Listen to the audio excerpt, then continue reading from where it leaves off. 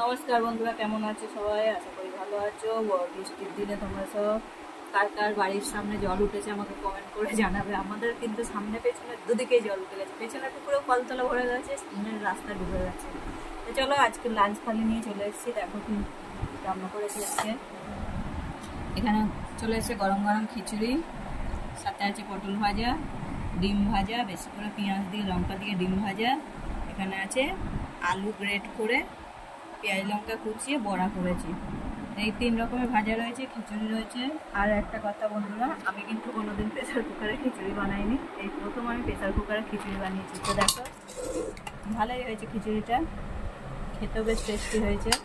এতদিন হাঁড়িতে বানিয়েছি, আমার আজকে মনে হলো যে প্রেসার কুকারে বানাই, প্রেসার কুকারে বানালাম। খেয়ে দেখি কেমন হয়েছে। খুবই হয়েছে। ডিমটা ডিম দিয়ে একটু খিচুড়ি ঘি দেওয়া আছে, ওটা